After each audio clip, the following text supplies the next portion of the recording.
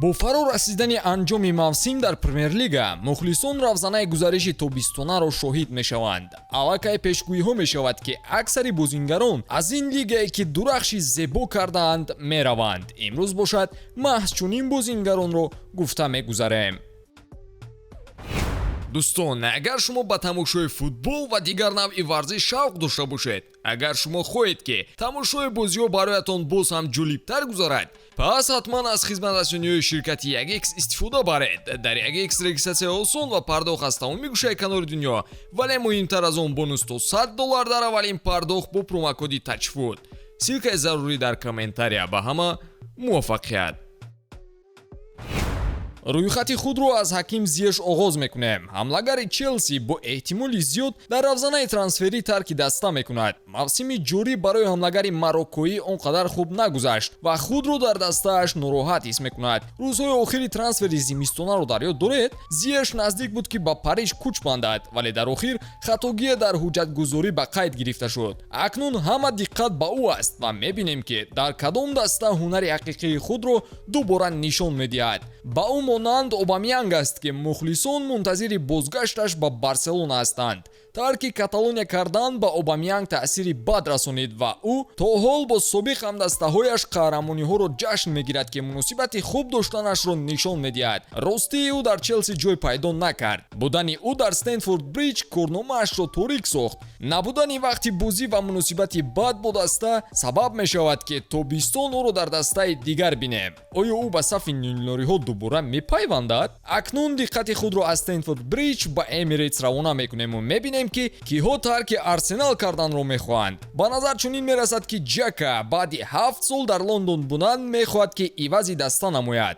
Гранит Ҷака ба Байер мехоҳад ки пайвандад ва Арсенал бо эҳтимоли зиёд ва бо дар назардошти шартномаи бозингар садди роҳ шудан наметавонад. аксари дастаҳои олмонӣ ӯро талабгоранд, вале Ҷака худ ба Байер мехоҳад ки гузариш кунад.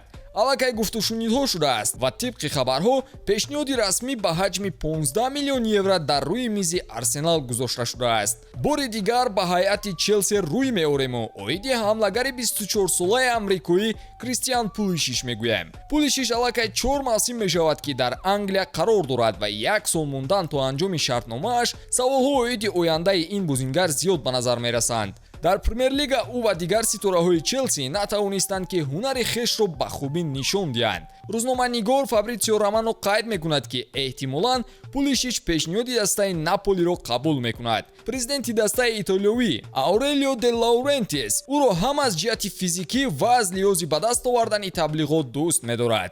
оиди таблиғот ки қайд кардем, бояд Лукакуро ҳам ҳамчун ситораи телевизионҳо гуфта гузарем. агар ба хабарҳои охир нигарем, Лукаку намехоҳад ки Интерро тарк кунад. бале, Ромеро намехоҳад ки ба дастаи собиқаш Челси баргардад ва нияти дар шаҳри Милан боқӣ монданро дорад. тибқи иттилоъҳо, Лукаку саёҳати худро бо Интер идома медиҳад, ҷое ки мисли хона барои ӯ гаштааст. мухлисони Челси нафаси озод кашед, зеро трансфери навбатӣ ҳам дар Стэнфорд Бриҷ баргузор мешавад. ниммуҳофизатгари хорватӣ Ковачич дар раванди гузариш ба дастаи Бавария қарор дорад. то анҷоми шартномаи ӯ 1 соли дигар боқӣ мондааст ва Ковачич дигар майли боқӣ монданро надорад. чун даста аз мусобиқоти аврупоӣ бенасиб мондааст, роҳбарияти даста мехоҳад ки бо фурӯши бозингарон вазъи молиявиро мӯътадил сохта ҳайати беҳтареро ҷамъ оранд. хабари баъдӣ каме ҳайратовар барои мухлисон гашт, зеро Гюндаган ҳадаф дорад ки Манчестер Ситиро тарк кунад.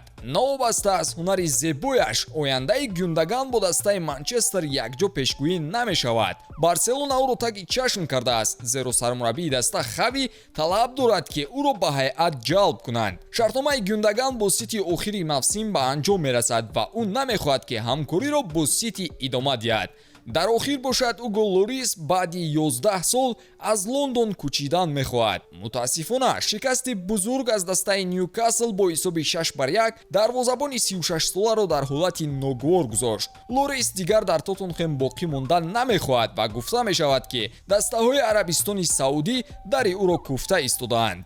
хулоса равзанаи трансферӣ бисёрам ҷолиб мешавад ва ҳатман обуна шаведу хабарҳои ҷолибро аз футбародарон тамошо кунед. хайр дӯстон.